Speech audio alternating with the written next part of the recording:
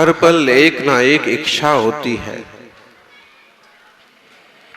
हर पल एक ना एक इच्छा होती है, और जो इच्छाओं को जीतता है उसकी ही कभी दीक्षा होती है। इच्छाओं को जीते बिना दीक्षा बहुत दुर्लभ है। विचार कीजिए, सम्राट हैं, महारानियां हैं, भरत बाहुबली जैसे प्रतापी पुत्र है, आज्ञाकारी मंत्री संतरी पुरोहित है, खुद अनुशासता है, खुद ही शासता है। हर पल देवता भी जिनकी सेवा में उपस्थित हैं, सौधर्म भी जिन्हें किंकर की तरह पूजता है। वे ऋषभ देव जब प्रबोध को प्राप्त हुए तो उन्होंने मुनि दीक्षा स्वीकार की।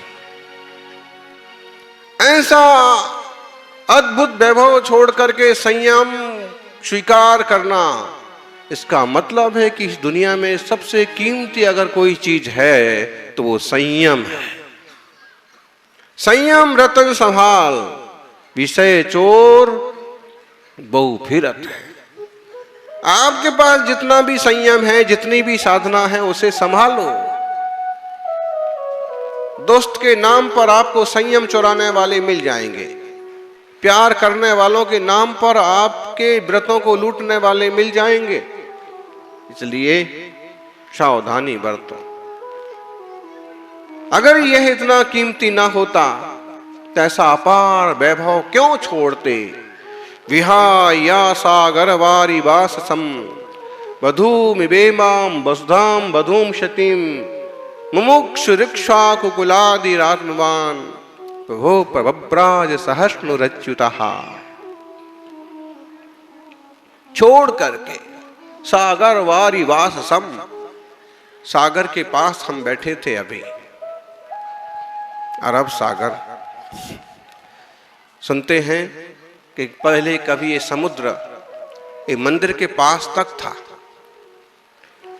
मंदिर से 10-5 कदम ही था, जहां रथ रखा है वहीं था। वो खजूरिया चौक कहलाता है, क्योंकि अरब देशों से आए हुए खजूर यहां उतारे जाते थे और उनकी यहां के बाद आगे फिर रवानगी होती थी। तो सागर के पास हम बैठे थे और कहा जाता है कि सागर पूरी धरती को घेरे हुए है। और ये परिकल्पना आचार्य समुद्रभद्र स्वामी ने अपने स्वयंभू स्तोत्र में आदि स्वर की स्तुति में की। विहाया सागर वारी वाससम वधूमिवां, जिन्होंने सागर रूपी साड़ी पहने हुए, समुद्र रूपी साड़ी पहने हुए पृथ्वी रूपी स्त्री को छोड़ दिया।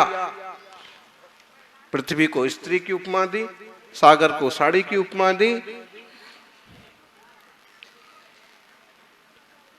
सतीम, सती वधू, जो आपकी आज्ञा में चल रही थी, पृथ्वी सारी।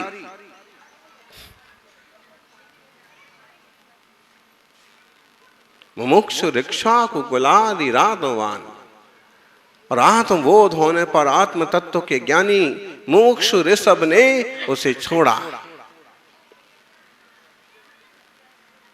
प्रभु पवव्राज सहस्नुरच्युतः, प्रभु ने दीक्षा स्वीकार की और हर तरह की परिस्थिति में वे अच्युत बने रहे। मुमुक्षु ज्ञानी, सुन लो, मंडल वाले मुमुक्षु हो ना हो इसकी गारंटी नहीं है, लेकिन पिछी कमंडल वाले जरूर मुमुक्षु होते हैं, इसकी गारंटी है। एक जगह बैठ करके केवल चर्चा करने वाले भाई मुमुक्षु हो ना हो, लेकिन चर्चाओं के ऊपर उठ करके आत्मानुभव के बल से चर्या के क्षेत्र में उतरने वाले मुनिराज जरूर मुमुक्षु होते हैं। प्रैक्टिकल है, इसकी गारंटी है कि भावलिंग पूर्वक इन्होंने द्रव्यलिंग स्वीकार किया है, मुनिराज मुमुक्षु है। केवल द्रव्यलिंग की मान्यता नहीं है ज्ञानी,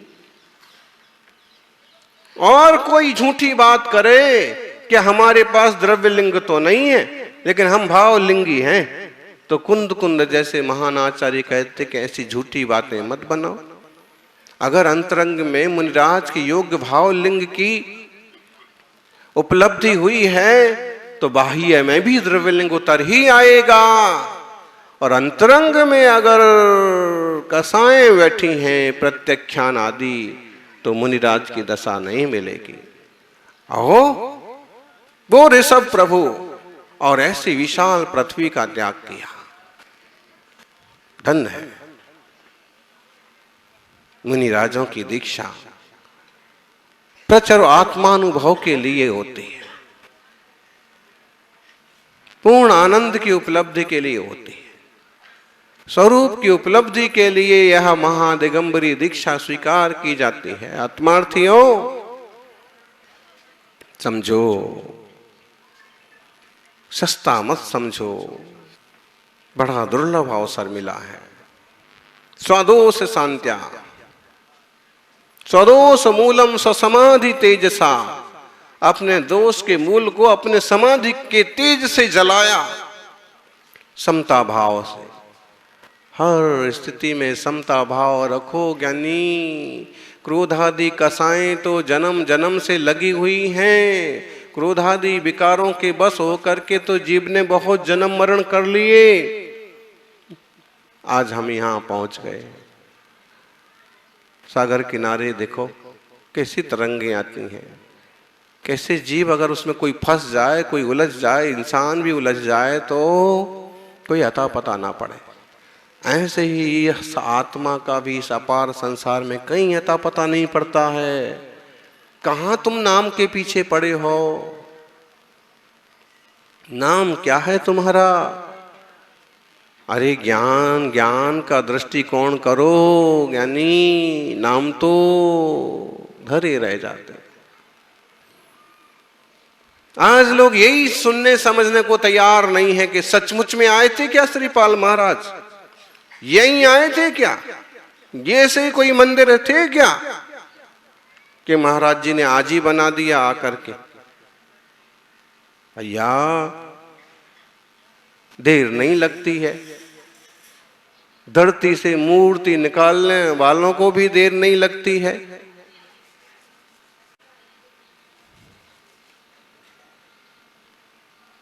और झूठे चमत्कार दिखाने वालों को भी देर, लेकिन ये झूठों का धर्म नहीं है जिन धर्म, ये सच्चा धर्म है।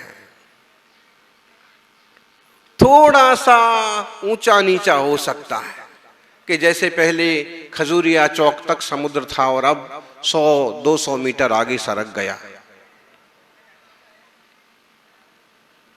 फिर कोई समय बदलेगा तो सुनते हैं कि 300 साल में 100 मीटर वापिस इधर आ जाएगा,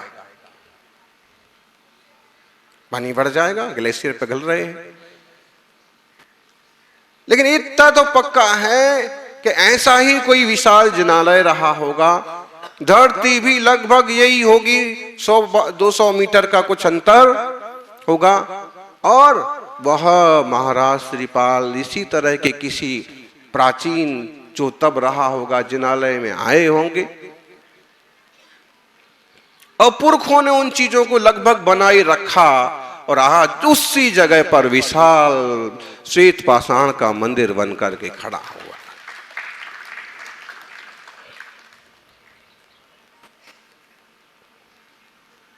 कहां तो चंपावर में जन्म हुआ और कहां मोक्ष हुआ।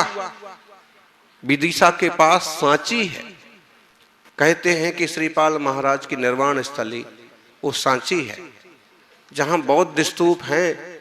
संभव है कि वही या वहीं कहीं महाराज श्रीपाल के चरण वगैरह रहे होंगे, मुनिराज भगवान आत्मार्थियों सब कुछ त्याग करके ये तप मार्ग स्वीकार करने की पद्धति मुमुक्षु इक्ष्वाकु ऋषभ देव ने चालू की। आपको मालूम है श्री राम का एक नाम इक्ष्वाकु भी है। जैन शास्त्रों में ही नहीं, वैदिक शास्त्रों में भी इतना पक्का है कि जब कहते रघुकुल तिलक तो श्री राम सिर्फ रघुकुल तिलक नहीं है, वो इक्ष्वाकु हैं, तो ऋषभ देव के वंश में चली आई हुई परंपरा के एक महानायक है। इसलिए एक बार हमसे एक पत्रकार सभा में पूछा गया तो हमने कहा कि भारत में रहने वालों का डीएनए तो सबका एक ही है। ऋषभ देव से राम तक और राम से महावीर तक और उनसे कुंद कुंद सन्मति सागर। समझना होगा संस्कार तो वही है, आत्म कल्याण। अब भूल गए, इधर उधर की संस्कृतियां आके मिल गईं, आचार विचार बिगड़ गए और अब तो खाओ पियो मौज करो, इसके आगे का कितने लोग सोचते हैं।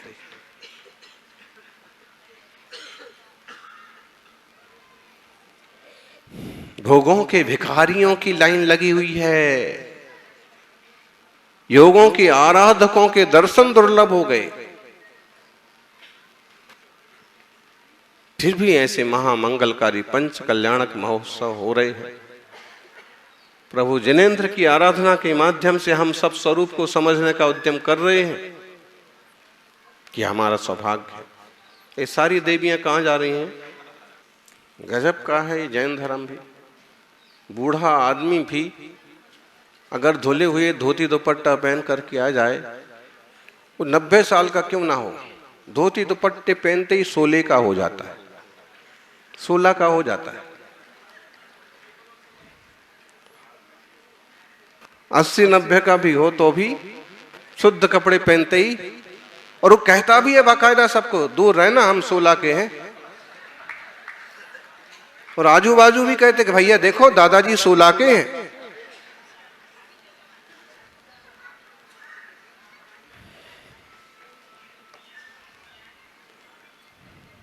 तो अगर हमेशा आपको 16 के बने रहना है तो हमेशा 16 बदल के श्री जी का अभिषेक करते रहो। हमेशा शुद्ध वस्त्र धारण करके 16 करके, और 16 बना कैसे है कभी विचार किया? मुनि अवस्था स्वीकार की प्रभु ने, और मुनि राजों की जब आहार चर्या होती है तो नवदा भक्ति और श्रावक की 7 गुणों का विशेष ध्यान रखा जाता है, और 9 और 7 16 होते हैं। तो अकेला शुद्ध कपड़ा पहनने से 16 नहीं होता है। ये 16 चीजें आप में हैं क्या? बोलो कौन कौन सी है नवदा भक्ति? ज्ञानी सुनो। पड़िगह मुच्चट्ठाणम पादोदय मच्चणम च पणमम च मन वयन काय शुद्धि ऐसन शुद्धि या विधि माहु। प्रतिग्रह मुच्च स्थानम पड़गाहन। हे स्वामी नमोस्तु नमोस्तु। प्रतीक्षा करना, ऊंचा स्थान देना, पधारिए उच्चासन ग्रहण कीजिए। पादोदय, पादोदक, पांव प्रक्षालन करना और पादोदक को माथे चढ़ाना। अर्चनम, अर्चन पूजा, अष्ट द्रव्य से पूजा होती है। दुनिया में इकलौता या वीतराग स्वरूप है कि जिनके आहार के पहले अष्ट द्रव्य से पूजा होती है। और कहीं यहाँ भोजन करने के लिए लोग मांगते होंगे दान दक्षिणा, लेकिन यहाँ मांगा तो कुछ नहीं जाता है। करने वाला सामने से होके पूजा जरूर करता है कि आप इतने बड़े। प्रणमं च, प्रणाम करना पूजा के बाद, हे स्वामी नमोस्तु। मन शुद्धि, वचन शुद्धि, काय शुद्धि और आहार शुद्ध है, ये नवधा भक्ति। कितने जगह कितने लोगों में नवधा भक्ति है भैया। मंदिर के कपड़े उठाए, पहले कौन कौन पहन रखा है उसका कोई हिसाब किताब नहीं, लपेटे और घुसे। ये घुसपैठिया लोगों ने 16 शुद्धि अशुद्धि सब गड़बड़ कर दी। नवधा भक्ति का कोई ठिकाना। जैसे भारत परेशान है ना घुसपैठियों से, पाकिस्तानियों से, वैसे हम भी परेशान हैं। जो बेचारे पहले से वहां थे, उस देश के वासी हैं, उस चौके के वासी हैं, उनका तो कोई अता पता नहीं पड़ता है। और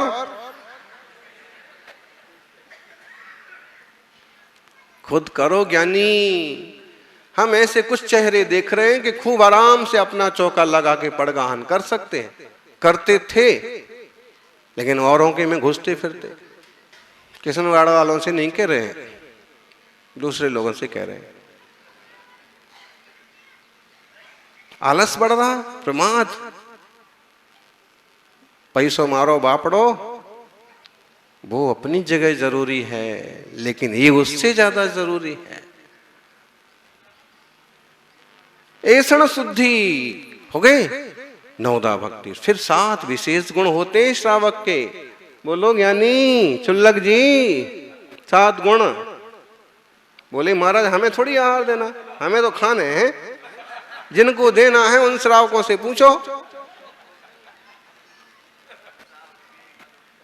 श्रद्धा, भक्ति, अलुब्धता, विज्ञानता, विवेक भी कह सकते हैं हम इसको, स्वजनता, क्षमाशीलता, निर्लोभता, अलोभता, और बोलो ज्ञानी कोई बताएगा श्रावक के 7 गुण?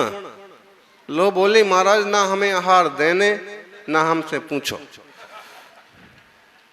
ये हाल है।